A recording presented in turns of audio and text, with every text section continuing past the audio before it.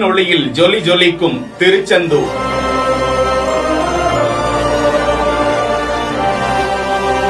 பிரம்மாண்டமான விழாவிற்கு தயார் நிலையில் 2ஆம் படை வீடு.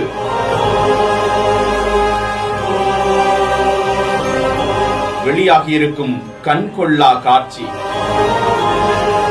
முருகனின் 2ஆம் படை வீடான திருச்செந்தூரில் நாளைய தினம் மகா கும்பாபிஷேகம் காணவிருக்கிறது. பல லட்சக்கணக்கான பக்தர்கள் திருச்செந்தூரை நோக்கி பயணமாகி இருக்கிறார்கள். காலை 6 மணியிலிருந்து 7 மணிக்கு உள்ளாக அந்த மகா கும்பாபிஷேகம் கலசத்தில் புனித நீர் ஊற்றப்பட்டு பக்த கோடிகள் மீது தெளிக்கப்படவிருக்கிறது.